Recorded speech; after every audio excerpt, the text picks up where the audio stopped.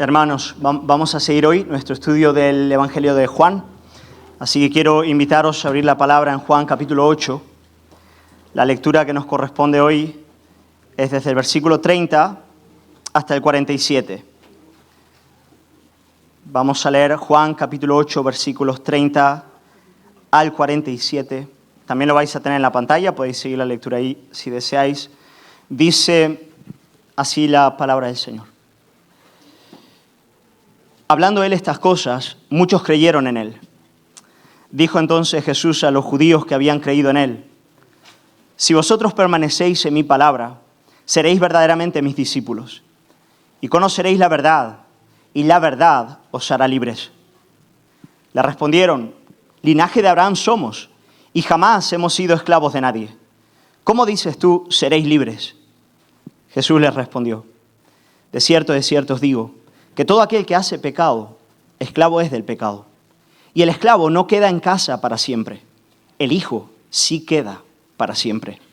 Así que, si el Hijo os libertare, seréis verdaderamente libres. Sé que sois descendientes de Abraham, pero procuráis matarme, porque mi palabra no haya cabida en vosotros.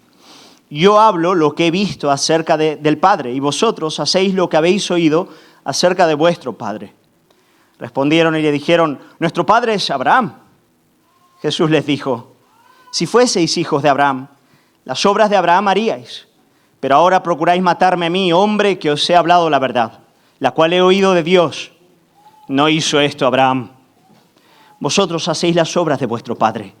Entonces le dijeron: nosotros no somos nacidos de fornicación. Un padre tenemos, que es Dios. Jesús entonces les dijo: si vuestro Padre fuese Dios, ciertamente me amaríais, porque yo de Dios he salido y he venido. Pues no he venido de mí mismo, sino que Él me envió. ¿Por qué no entendéis mi lenguaje? ¿Por qué no podéis escuchar mis palabras? Vosotros sois de vuestro padre el diablo, y los deseos de vuestro padre queréis hacer. Él ha sido homicida desde el principio y no ha permanecido en la verdad, porque no hay verdad en él. Cuando habla mentira, de suyo habla, porque es mentiroso y padre de mentira. Y a mí, porque digo la verdad, no me creéis. ¿Quién de vosotros me redarguye de pecado? Pues si digo la verdad, ¿por qué vosotros no me creéis? El que es de Dios, las palabras de Dios oye. Por esto no la oís vosotros, porque no sois de Dios. Hasta aquí la palabra del Señor. Vamos a orar y poner este tiempo delante de Él. Padre, en esta hora queremos entrar en tu presencia para oír tu palabra. Dios mío, somos conscientes de que ahí afuera hay cientos de miles de personas, Señor, asustadas y, Señor, clamando para que no haya una opresión política en esta nación. Somos conscientes de que esa es la realidad.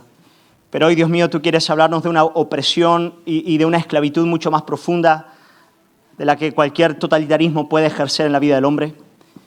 Tu palabra dice: si el Hijo os libertare, seréis verdaderamente libres.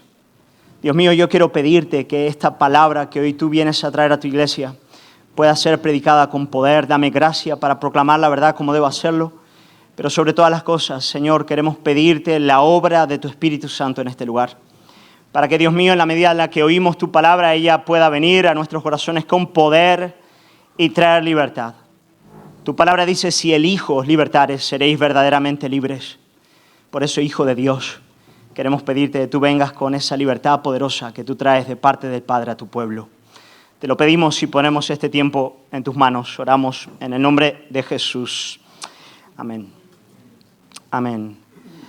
Hermanos, en el versículo 30 dice: hablando él estas cosas, dice, muchos creyeron en él.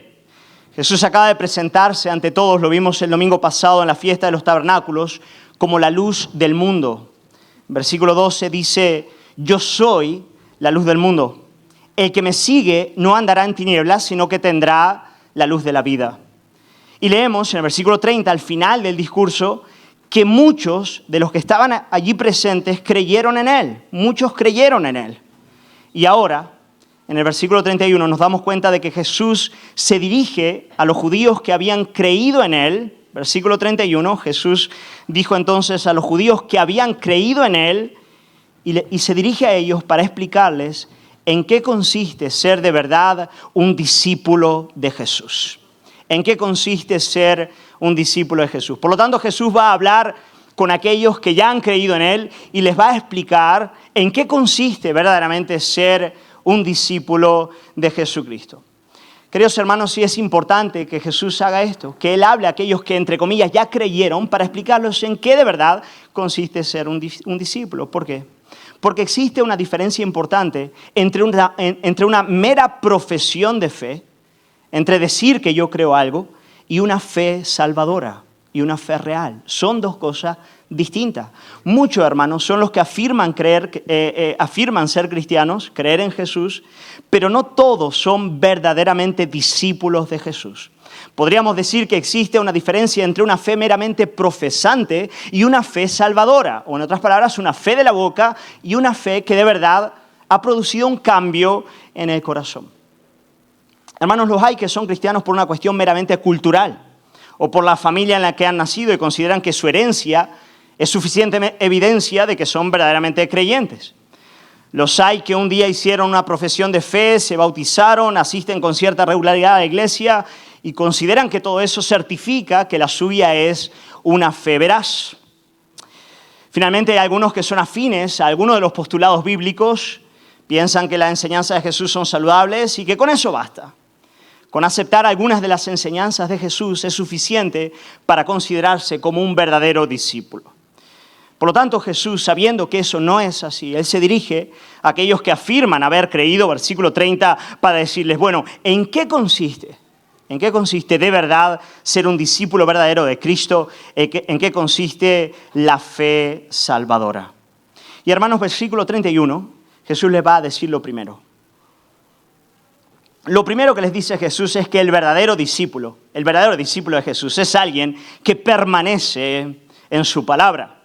Leemos así en el versículo 31, dice, si vosotros permanecéis en mi palabra, seréis verdaderamente mis discípulos. Eso es lo primero que el Señor les está diciendo. Está claro que el verdadero discípulo de Jesús es alguien que en primer lugar permanece en su palabra. Otro modo de decirlo es que una de las cualidades de la fe salvadora, de la fe salvífica, es que ella se mantiene arraigada en las Sagradas Escrituras. La verdadera fe es una fe que se arraiga y permanece arraigada en la palabra de Dios. Eso es lo primero. Y quiero dar algunas consideraciones ya a partir del versículo 31 bien importantes respecto a qué implica entonces permanecer en la palabra de Dios, qué implica este primer punto de ser un discípulo de Él. Bueno, primero, hermanos, es evidente que aquel que no tenga interés alguno en las Escrituras no es un verdadero discípulo de Jesús. Eso es evidente, ¿no? ¿Verdad? No se puede permanecer en una palabra de la que nada se conoce y de la que no se tiene interés alguno. Eso es evidente. Aquel que pueda pasar semana tras semana sin acercarse a la Biblia y además no percibe ningún inconveniente en hacerlo, puede estar absolutamente seguro de que el suyo no es un verdadero cristianismo. Es una fe nominal, es una fe de nombre, pero no es una verdadera fe, una fe salvadora. El verdadero creyente, aquel que es discípulo de Jesucristo, tiene necesidad de la palabra de Dios. Necesita la Biblia. La necesita. Como al aire que respira, como al pan que come cada día. Mira, es verdad, no os voy a negar de que un verdadero creyente puede pasar por determinadas temporadas, espacios de tiempo, en los cuales a causa de la frialdad de la fe, del pecado, se aparta de la palabra de Dios. Pero quiero decirte algo, el verdadero discípulo tiene que volver necesariamente. Lo hará. Permanecer en su palabra es ser discípulo suyo. Así como su cuerpo tiene hambre de comida, el alma del discípulo anhela la palabra de Dios. Su corazón sin ella languidece, muere. Y él lo siente, él lo percibe. Él sabe que son verdaderas las palabras de Jesús cuando él dijo en Mateo capítulo 4, versículo 4, no solo de pan vivirá el hombre, sino de toda palabra que sale de la boca de Dios. Por lo tanto, en primer lugar, en el verdadero creyente, en la fe genuina, hay un interés sincero en la palabra del Señor. En segundo lugar, el acercamiento del creyente a la palabra del Señor no es ni superficial ni es pasajero. Jesús utiliza aquí el término permanecer. Permanecer. No estamos hablando de algo superficial ni algo pasajero. Estamos hablando de permanecer. Y la palabra griega que se utiliza aquí es absolutamente extraordinaria. La palabrita es la palabra meno, que se utiliza para hablar de habitación. Habitar. La idea es la siguiente: el verdadero discípulo es alguien que hace de la Escritura su morada, su habitáculo, el lugar en el cual habita su alma. Ese es el ambiente en el que el cristiano encuentra alimento, descanso, disciplina, amor. En otras palabras, para el verdadero creyente, la Biblia es su hogar. La palabra de Dios es su casa. Y eso es bien importante, porque eso no ocurre con aquel que no tiene una fe salvadora. Muchos pasan una temporada considerando la palabra de Dios para después seguir su propio camino, ¿no es verdad? Puede que por un tiempo muestren cierto interés en la Escritura y hasta se gocen en sus enseñanzas, como la tierra superficial plagada de piedras en la parábola del sembrador. Pero llega el día en que sus demandas les suponen una carga que ya no están dispuestos a soportar. A partir de ahí pueden seguir teniendo encuentros esporádicos con la Biblia. De vez en cuando voy a la Biblia, de vez en cuando voy a la iglesia, pero sabes, ya ella no es mi habitación, no es mi casa. Yo no habito en ella. Bueno, por lo tanto, si eso es verdad en cuanto a ti, la tuya no es una fe salvadora, es un creer que nos salva. El verdadero discípulo es alguien que permanece en la Biblia hasta el final. Hasta el final. Hasta el final. Hasta el último día. La Biblia hace su obra en él. En la parábola del sembrador que nos habla de eso, Mateo capítulo 13, versículo 23 dice: mas el que fue sembrado en buena tierra es el que oye y entiende la palabra y da fruto y produce a 100, a 60 y a 30 por uno. Por lo tanto, el verdadero creyente tiene interés en las Escrituras. No es un interés superficial ni temporal, sino que es un interés tan grande que él la reconoce y la conoce como su hogar. La palabra de Cristo es el hogar de su mente y de su corazón. Y en tercer lugar, hermanos, tenemos que hablar de nuestra actitud hacia la palabra de Cristo. ¿Cómo nos acercamos a ella? El permanecer habla también de ese asunto, del modo en el cual nos acercamos a la Biblia. Hermanos, el verdadero discípulo, el que tiene una fe salvadora, se acerca a la Biblia como alguien que reconoce su autoridad. Como alguien que reconoce que está delante de la palabra del Señor, su Dios.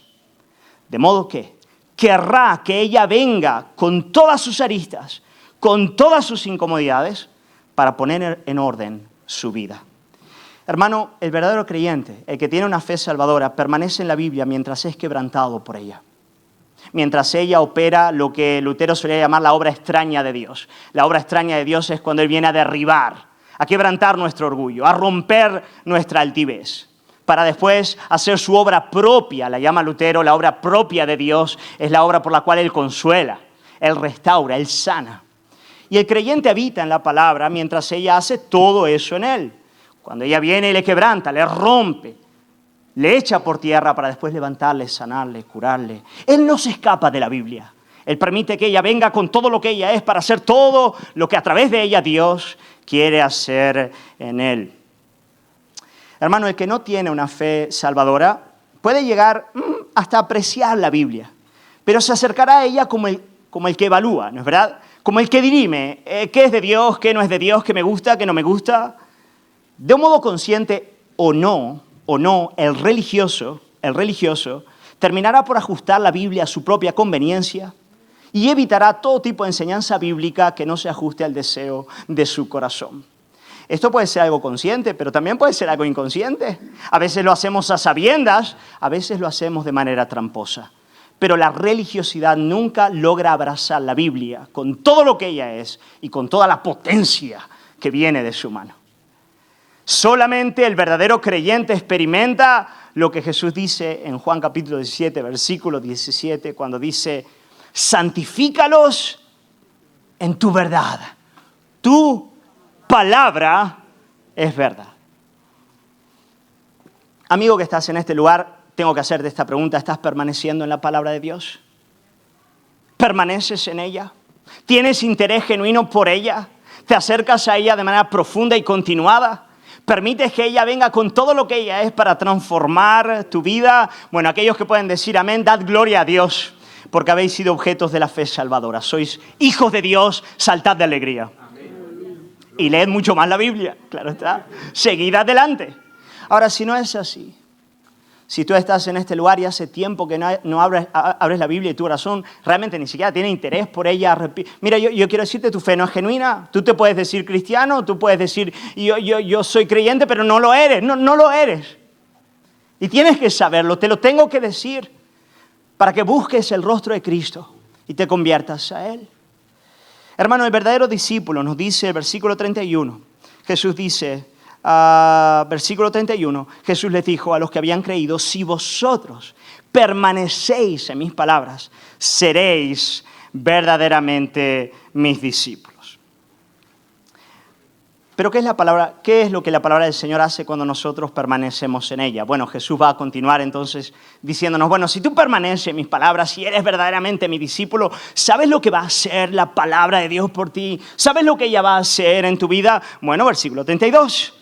Sigue diciendo el Señor, dice, y conoceréis la verdad, y la verdad os hará libres. Por lo tanto, si tú de verdad aceptas mi palabra como palabra divina, haces de ella tu habitáculo y empiezas a caminar conmigo como un verdadero discípulo, vas a experimentar una categoría de libertad extraordinaria, muy superior a la opresión de cualquier sistema totalitario en términos políticos, o opresión económica, o cualquier otro tipo de opresión que el hombre pueda experimentar debajo del sol. Yo, por medio de tu palabra, quiero darte una libertad asombrosa. Pero claro, venid conmigo al texto. Jesús está hablando con los judíos que están en el templo, todos están escuchando, varios han afirmado que creen en Él. Y cuando Jesús les dice que si de verdad quieren ser sus discípulos, tienen que permanecer en su palabra, y su palabra, por medio del conocimiento de la verdad, los hará libres, en este punto se va a establecer un conflicto que va a mostrar la naturaleza del corazón religioso, que lo va a contrastar con la fe salvadora. Estas palabras de Jesús van a hacer que aquellos que hasta este punto eran meramente religiosos se enfaden mucho con Él y no acepten lo que Él les está diciendo. Versículo 33, mirad lo que le responden a Jesús cuando Él habla de esta libertad. Yo voy a hablar de la libertad más adelante, pero quiero que veamos la respuesta de la gente cuando Él les dice, mi verdad os va a hacer libres. Quiero que veamos cómo ellos responden y vamos a ver la altivez del espíritu religioso en estas palabras. Versículo 33, le respondieron, dice, linaje de Abraham somos y jamás hemos sido esclavos de nadie. ¿Cómo dices tú, seréis libres? Hermanos, qué fuerte, ¿no es verdad? Mirad lo que están diciendo. Linaje de Abraham somos y nunca hemos sido esclavos de nadie. Quiero decir, en términos humanos realmente es un absurdo lo que están diciendo, pero fijaos lo que está ocurriendo con esta nación y con estos hombres. Ni 430 años bajo Egipto, ni 70 años bajo Babilonia, ni la opresión romana que estaban experimentando a causa de su pecado les había enseñado de qué iba todo eso. ¿Qué es lo que Dios les quería enseñar de verdad? Ellos no habían reconocido la verdadera esclavitud que Dios les quería mostrar a partir de todas las esclavitudes que ellos habían experimentado en toda su historia. Mira, yo quiero decirte algo. El religioso puede acercarse con cierto interés a Jesús e inclusive alegrarse con seguir sus enseñanzas, sentirse cómodo con la práctica de la religión, pero es incapaz de percibir que es un esclavo. Nunca llega al punto de reconocer su esclavitud. Hermano, Jesús no les estaba hablando de una esclavitud política. Yo creo que ellos entendían que estaban bajo la opresión romana.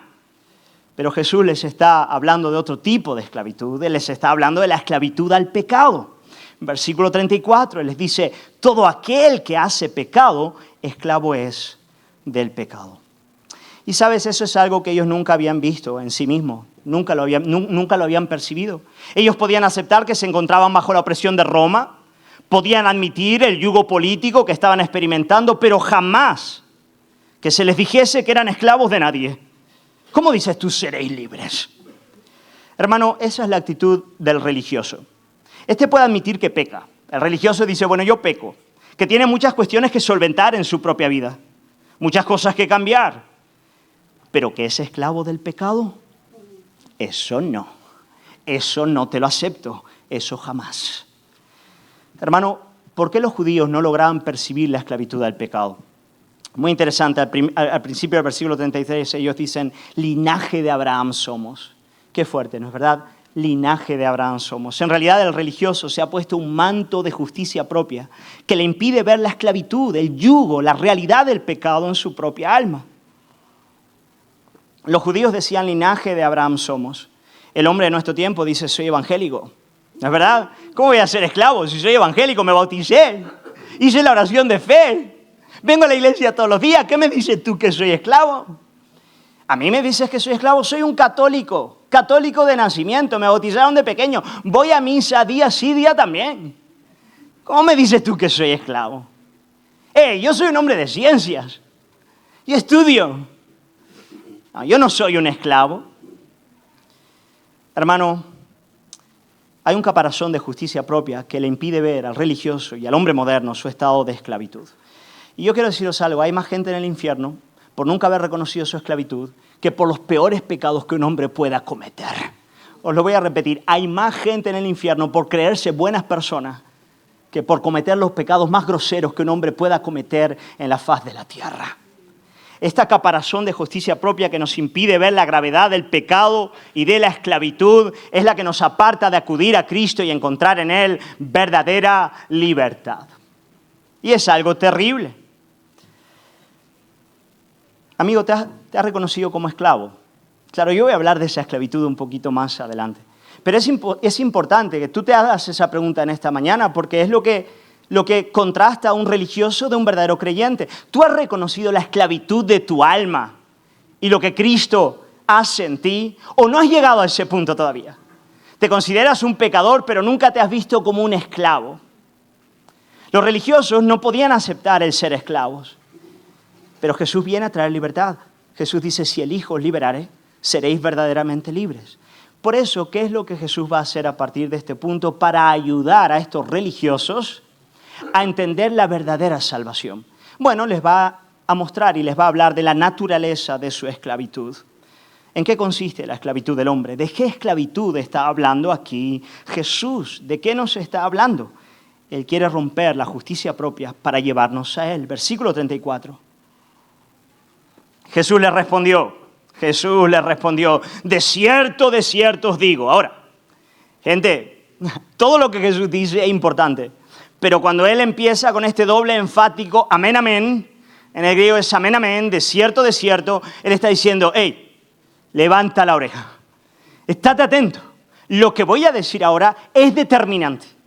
Todo lo que digo es importante, pero estas palabras las tienes que entender. De esto va tu salvación, de esto va que entiendas el Evangelio, de esto va que entiendas quién soy yo y qué es lo que he venido a hacer por ti. Escúchame bien, por favor. De cierto os digo. Y ahora Él va a decir, mira lo que dice, que todo aquel que hace pecado, esclavo es del pecado. Todo aquel que hace pecado, esclavo es del pecado. Hermano, ¿qué es lo que Jesús está diciendo aquí? Todo aquel que hace pecado. Él está diciendo que la práctica del pecado es el resultado, es la evidencia de una esclavitud al pecado. Él está diciendo la práctica del pecado es evidencia de una realidad más profunda, de una realidad de esclavitud al pecado. Jesús está diciendo que la práctica pecaminosa es evidencia de una naturaleza pecaminosa.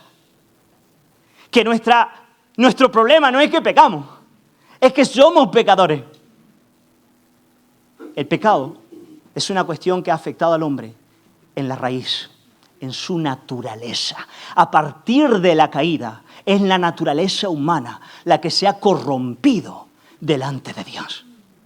Por eso Jesús dice que el manzano da manzana, el peral da pera y la zarza humana da espina el tiempo entero. Hermanos, la práctica pecaminosa es una evidencia de la naturaleza pecaminosa. De modo que el problema es que no es solo que pecamos, como dije, sino que somos pecadores. La desobediencia a los mandamientos divinos nacen de un corazón que es por naturaleza y a causa de la caída rebelde, que es esclavo de una disposición de enemistad en contra de Dios, que es enemigo de Dios.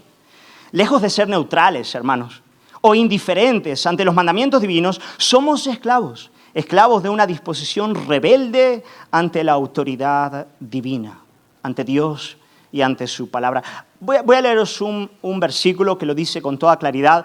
He tomado la traducción de la Nueva Traducción Viviente y además le he hecho un pequeño ajuste de traducción libre Pastor Pedro, ¿ok?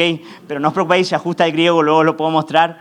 Pero he pedido que Alba lo coloque ahí porque lo dice con toda claridad. Pablo, en Romanos capítulo 8, versículo 7, habla de esa naturaleza caída que imposibilita al hombre de obedecer al Señor, que lo hace esclavo de una naturaleza rebelde. Mira lo que dice aquí Pablo, más claro agua. Dice, pues la naturaleza pecaminosa es enemiga de Dios. Siempre, nunca obedeció las leyes de Dios y no puede hacerlo. Por eso, los que viven todavía bajo el dominio de la naturaleza pecaminosa nunca pueden agradar a Dios.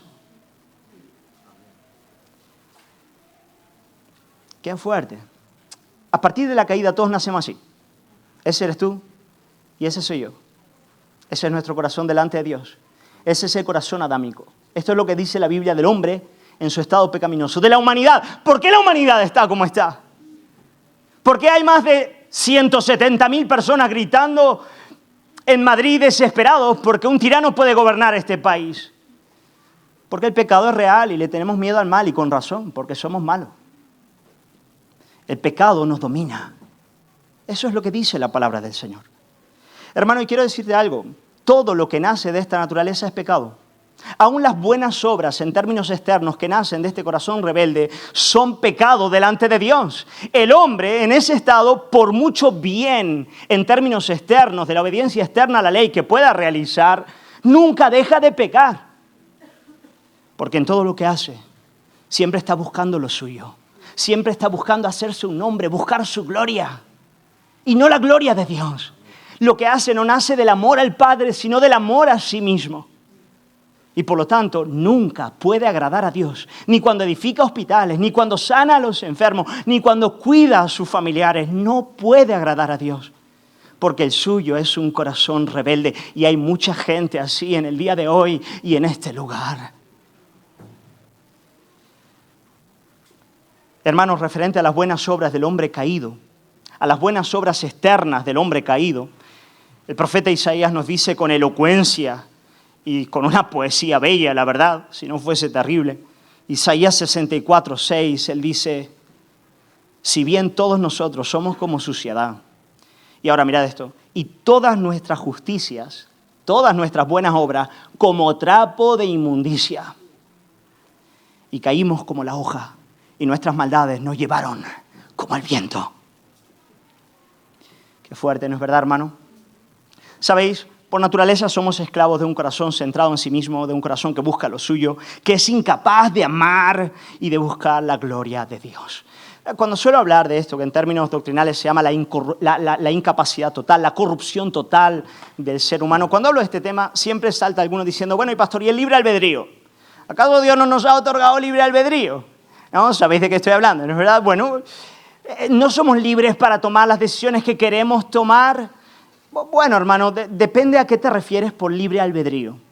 Si por libre albedrío quieres decir que el hombre puede decidir aquello que quiere, desde luego sí, lo sabemos intuitivamente. Nadie nos coacciona, ¿no es verdad?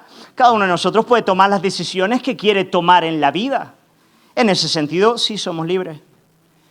Pero, hermanos, nuestras decisiones siempre nacen de ese corazón corrupto que solo Dios puede cambiar. Y por muy libres que sean, no son libres porque nacen de una naturaleza rebelde.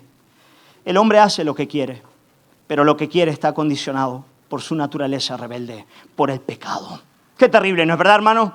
Esa es la realidad humana. Jesús les dice claramente a los que están delante de él, les dice, todo aquel que hace pecado, ¿qué dice?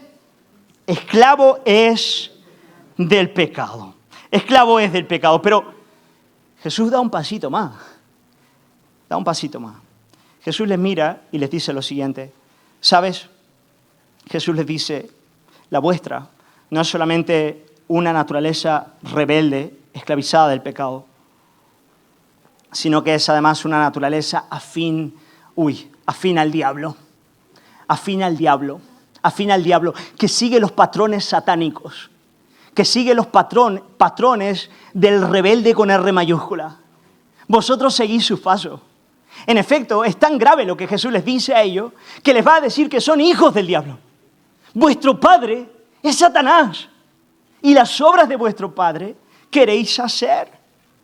¿Os imagináis a los judíos escuchando eso, hermano? ¡Madre mía! Jesús les va a decir lo siguiente, versículo 38. Yo hablo lo que he visto acerca del Padre. Vosotros hacéis lo que habéis oído acerca de vuestro Padre. De vuestro Padre. ¿Quién es vuestro Padre? Versículo 44 dice, vosotros sois de vuestro padre el diablo. Y los deseos de vuestro padre queréis hacer. Él ha sido homicida desde el principio y no ha permanecido en la verdad porque no hay verdad en él. Cuando habla mentira, de suyo habla porque es mentiroso y padre de mentira. Y a mí, porque os digo la verdad, no me creéis. Y no solamente eso, no es que no me creéis, es que me queréis matar. Anteriormente les ha dicho, es que yo porque os digo la verdad, a mí me queréis quitar de en medio. Queréis quitarme la vida, queréis quitarme de vuestras vidas. ¿Sabéis? Les está diciendo Jesús, la rabia que tenéis cuando yo expongo vuestro pecado, cuando os presento la verdad respecto a Dios y a vosotros mismos, es evidencia de que vuestro padre no es Abraham. Vosotros decís hijos de Abraham, pero no, vuestro padre, dice el Señor, es el diablo.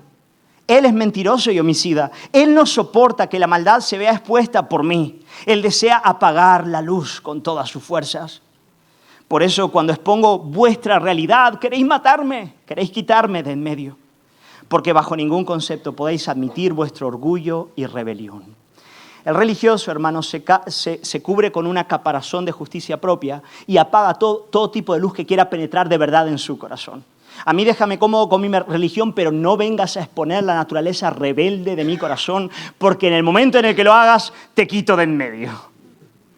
Y eso es lo que Jesús hacía en aquel lugar. Su persona, su gloria, su belleza y su enseñanza ponía en evidencia la hueca religiosidad del pueblo judío.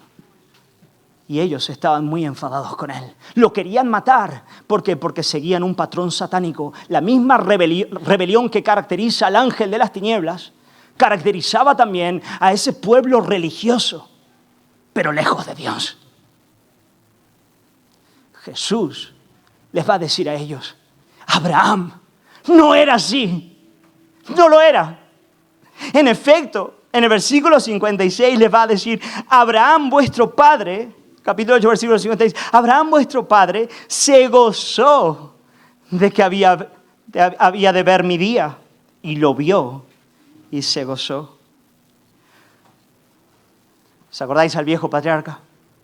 Después de 3 días caminando con su hijo, la leña y el fuego, llega al monte Moriah y llega el momento del sacrificio. Isaac es atado y él coge el cuchillo para atravesar su garganta. Y en ese mismo instante, ¿qué ocurre? El Señor provee de un corderito. Y cuando Abraham vio al corderito, se gozó y se alegró, porque reconoció que llegaría el día donde Dios daría provisión para el pecador. Y porque Abraham no era un religioso, sino alguien que consideraba y confesaba sinceramente su pecado, él podía alegrarse en Jesucristo. Abraham se gozó porque no era un religioso. Él conocía su pecado, él conocía su esclavitud, él conocía su bancarrota, y cuando vio al corderito se gozó. Vosotros me queréis matar porque no bajáis de vuestro orgullo y rebelión. Pero Abraham se gozó de que había de haber mi vida. ¿Por qué? Porque él tenía una fe salvadora. La fe salvadora nos lleva y nos indica, nos induce a reconocer la realidad de nuestro pecado, la esclavitud profunda en la que hemos caído a causa del pecado. Hermanos, el hombre es esclavo de una naturaleza rebelde y afín al espíritu satánico. Por muy religioso que sea, por muchas obras de justicia que pueda hacer, es incapaz de cambiar su corazón, incapaz de buscar la gloria del Padre. No lo puede hacer. La pregunta, llegados a este punto, es evidente. ¿Qué hacemos? Jeremías capítulo 13, versículo 23 dice, ¿mudarás el etíope su piel? Jeremías 13, 23. ¿Mudará el etíope su piel y el leopardo sus manchas? Así también podréis vosotros hacer el bien estando habituados a hacer el mal. Hermanos, ¿qué podemos hacer? ¿Qué hacemos? ¿Qué hacemos? ¿Cómo cambiamos eso? Bendito sea el nombre del Señor y alabado sea Cristo, nuestra roca y salvación. Mira lo que dice los versículos 34 al 36. Mira lo que dice aquí Jesús. Jesús les respondió.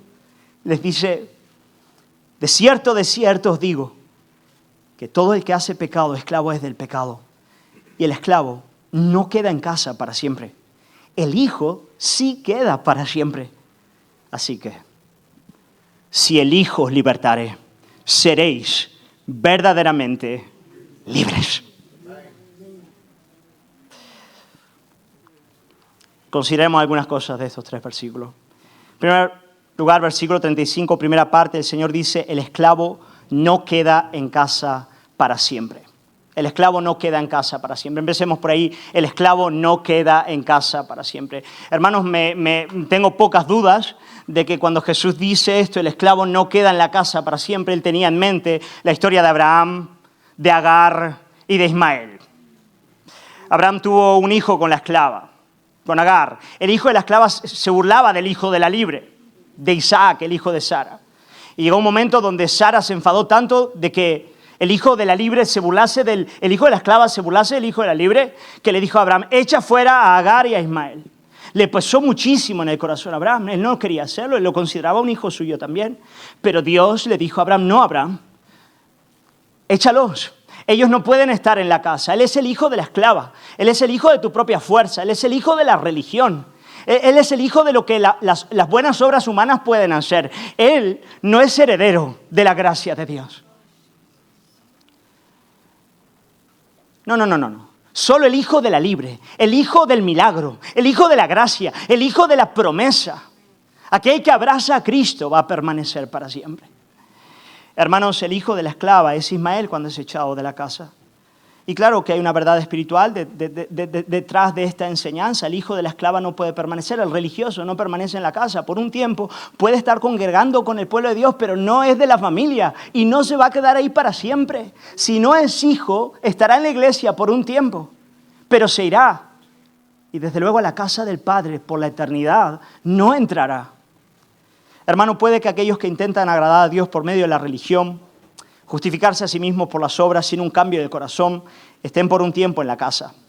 Pero llegará el día en que ya no podrán estar, porque nadie es justificado delante de Dios por medio de las obras muertas de la ley, nacidas de un corazón corrupto y distante del Señor. No. Jesús les dice, no. El hijo de la esclava no permanece para siempre. El esclavo no se queda en la casa. Pero versículo 35, segunda parte, dice, el hijo sí queda para siempre. Versículo 35 dice, el hijo sí queda para siempre. El esclavo no queda en la casa para siempre. El hijo sí queda para siempre. Hermanos, yo estaba pensando, ¿de quién está hablando aquí Jesús? El hijo, ¿quién es? Podríamos pensar que son los creyentes. Todo verdadero creyente, hijo de Dios, va a permanecer para siempre con Él. Pero, ¿sabéis? No creo que sea así. Creo que aquí cuando Jesús dice el Hijo queda para siempre, está hablando del Hijo con H mayúscula. ¿A quién representaba Ismael? Yo creo que está hablando del Hijo Jesucristo, a quien apuntaba la figura de Ismael. Hermanos, en virtud de su naturaleza divina y de su perfecta obediencia al Padre, Jesús es el único que tiene todo derecho de permanecer en la casa de su Padre. Él es el único. Nadie más tiene derecho de entrar a la casa del Padre. ¿Y cómo demostró su derecho? Pues nada, hermanos, muriendo, resucitando al tercer día y subiendo a la diestra de Dios, donde vive para siempre para interceder por su pueblo. Sí, Él entró a la casa del Padre, con pleno derecho, en virtud de su santidad y gloria, en virtud de su carácter santo y de su perfecta obediencia a la ley. Él, después de morir, se levantó de entre los muertos y rompió el velo y entró a la casa del Padre como un hijo que permanece para siempre. Nadie más, ni tú ni yo, ni santo ni profeta, nadie más, solo Cristo. Agradó al Padre perfectamente y entró a su presencia. Y ahora Y ahora, en el versículo 36, Él nos dice, así que si el Hijo os libertare, seréis verdaderamente libres. Bendito sea el nombre del Señor. Hermano, el único modo de ser liberado de la esclavitud del pecado, del juicio de Dios, es depositando nuestra fe en el Hijo, en nuestro Señor y Salvador, Jesucristo. Sabéis, solamente al descansar en su obra a nuestro favor, en lo que Él vino a hacer por nosotros, en su obediencia perfecta, en su sangre derramada en la cruz, somos libres, plenamente libres. Hermanos, solamente al depositar en Él nuestra confianza, somos reconciliados con el Padre y recibimos un nuevo corazón.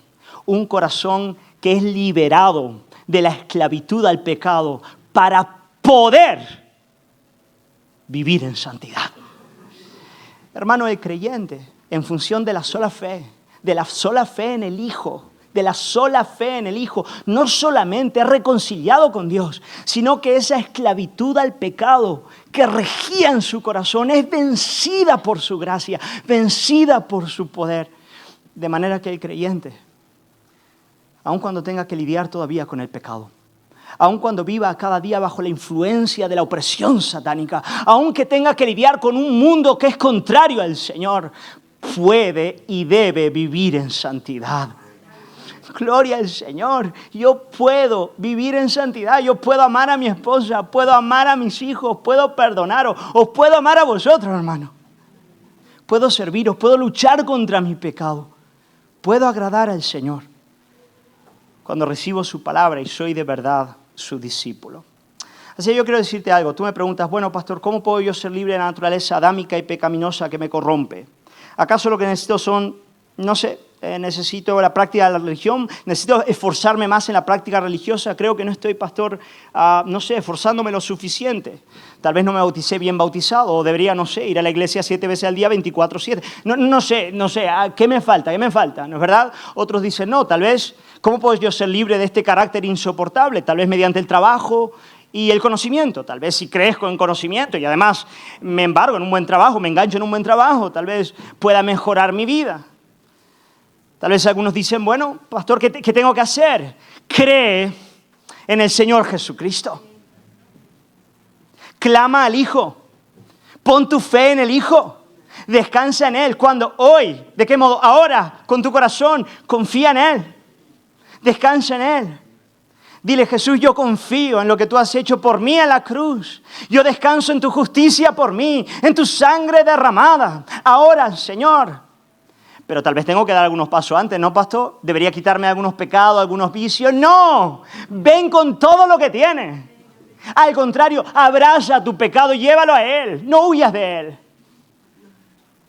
Quita la caparazón de toda justicia falsa, hermano. Quítala. Que no, que se nota. Tal vez yo no, pero Él lo nota. Dile, necesito un nuevo corazón. Necesito que tú me cambies desde adentro. Y cuando tú confías en Él, este milagro acontece porque su palabra es verdad, porque es real. La sola fe en Jesucristo tiene la potencia, hermano, de darnos un nuevo corazón. Aquel corazón que antes era esclavo del pecado, ahora pasa a ser un corazón esclavo de aquel que es verdadera libertad, nuestro Señor y Salvador Jesucristo. Gálatas capítulo 4, versículos 4 al 7. Dice, pero cuando vino el cumplimiento del tiempo, Dios envió a su Hijo. Nació de mujer y nació bajo la ley para que redimiese. Redimir es liberar de la esclavitud, ¿ok? Por medio del pago de un rescate se libera al esclavo para que redimiese a los que estaban bajo la ley, esclavos de la ley y de una naturaleza corrupta, a fin de que recibiésemos la adopción de hijos. Por lo tanto, en función a la obra mediadora del Hijo, somos recibidos y adoptados como hijos de Dios. Y por cuanto sois hijos, Dios envió el Espíritu de su Hijo. Y es ese Espíritu el que libera el corazón. El corazón que antes era esclavo pasa a ser un corazón que ahora antes era enemigo de Dios. Antes era rebelde delante de Dios. Y ahora clama, Abba Padre, Abba Padre. El hacer tu voluntad es mi deleite. Y tu ley me ha agradado. Mira del cambio que acontece. Así que ya no eres esclavo, sino hijo. Y si hijo, también heredero de Dios por medio de Cristo. A aquellos religiosos Jesús les está diciendo, y con esto termino, el pecado es mucho más grave de lo que habías pensado hasta ahora. Tú pensabas, bueno, hay algunas cosas que hago mal. Tú pensabas en la práctica pecaminosa. Yo quiero decirte, hay una naturaleza corrupta. Eres esclavo de ella. Y además ella se afina al diablo. Ella sigue los parámetros, los patrones de tu padre el diablo. Y sabes, de eso no te va a librar la religión. Ni la evangélica, ni la católica, ni ninguna. Ni la iglesia, ni el esfuerzo del hombre, ni el conocimiento humano, ni las riquezas, ni el poder. Solamente hay uno que te puede librar de eso. Y es el Hijo.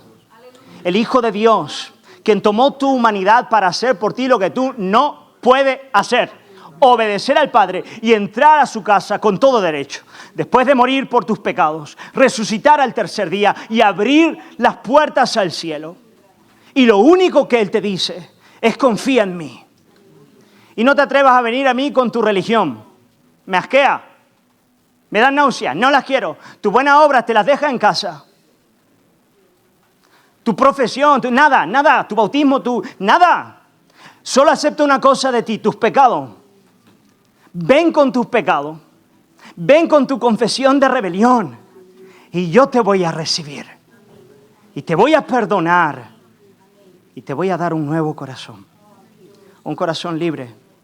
Un corazón libre para clamar, Abba Padre. Amén, iglesia. Abba Padre, el hacer tu voluntad es mi deleite. Amigo que estás en este lugar, si tú no has entregado tu vida al Señor Jesús, si no has puesto tu confianza en el Hijo, esta es la mañana de hacerlo. Cierra tus ojos delante de Él y dile, Hijo de Dios, Jesucristo, yo quiero poner mi fe en ti hoy. Yo quiero derramar mi vida delante de ti, quiero clamar a ti para que tú me hagas libre. Tal vez algunos han entrado a este lugar diciendo, soy un cristiano, yo pensé que era un creyente. No lo soy. La verdad es que no lo soy. Necesito que el Hijo me libere. Yo quiero animarte a orar hoy. Sinceramente, hermano, amigo que estás aquí, sinceramente, ora al Señor y dile, hazme libre, Señor. Hazme libre. Si el grupo de alabanza puede pasar, vamos a responder a la palabra con un canto, con una oración. Y vamos a agradecer al Padre por enviar al Hijo para darnos libertad. Qué mensaje maravilloso tenemos, hermano. Qué mensaje maravilloso.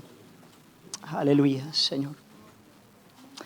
Aleluya, Padre, queremos agradecerte por tu palabra. Agradecerte porque la superioridad de lo que tú has hecho por nosotros, Señor, es tan grande. Es tan bella tu obra a favor de tu pueblo. Al enviar a tu Hijo, Señor, para morir en la cruz, para resucitar de entre los muertos y entrar como el Hijo que permanece para siempre en la casa del Padre. Pero qué bello que ese Hijo nos llame a participar con Él. Señor, yo quiero rogarte, Espíritu del Señor, Espíritu Santo, yo te pido que tú llames a algunos en este lugar a poner su fe en ti por primera vez, a reconocer que son esclavos, Señor, esclavos del pecado, esclavos de su rebelión y que necesitan que el Hijo los libere. Yo quiero pedirte, por favor, Espíritu Santo, que tú lo hagas en este lugar. Pero también quiero orar por tu iglesia, por cada uno de mis hermanos, cada hijo, cada hija tuya que ha entrado a este lugar, para que podamos gozarnos, Señor, en la fe, gozarnos al conocer y al saber lo que tú, Jesús, has hecho por nosotros. Gracias por perdonarnos, gracias por darnos un nuevo corazón, gracias por darnos la absoluta certeza y garantía de que estaremos en la casa del Padre para siempre. Gracias por el deseo de vivir en santidad, por el poder para vencer el pecado. Gracias sobre todas las cosas por el regalo que tú nos das de conocerte, de conocer al Padre y conocer al Hijo por el Espíritu. Señor, esa es nuestra alegría, nuestra gloria, nuestra libertad. Señor, yo quiero pedirte que ese sea nuestro deseo y que salgamos de este lugar para leer la Biblia, para permanecer en ella y para ser cada vez más y más libres en Cristo. Señor, te alabamos, Padre. Oramos en el nombre de Jesús.